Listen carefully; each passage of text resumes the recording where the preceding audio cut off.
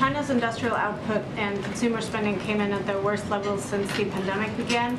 Are you worried that this will cause a global recession, including here?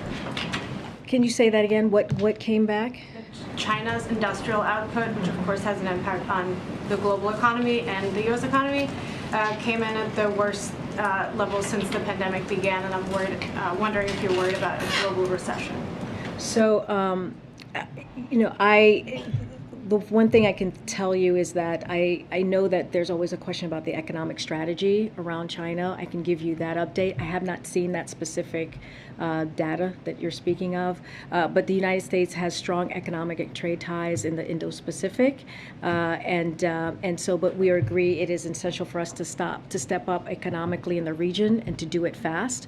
We need a new model of economic engagement and trade as we're talking about that region specifically. The past couple of years have highlighted real gaps in global economy, like vulnerable supply chains and corruption and tax havens and lack of innovation and creativity holding us back. The old models did nothing to address these issues that underpin our growth, and we will define the coming decades and our ability to deliver for our people. That's why we're working intensely on developing an Indo-Pacific Economic Framework.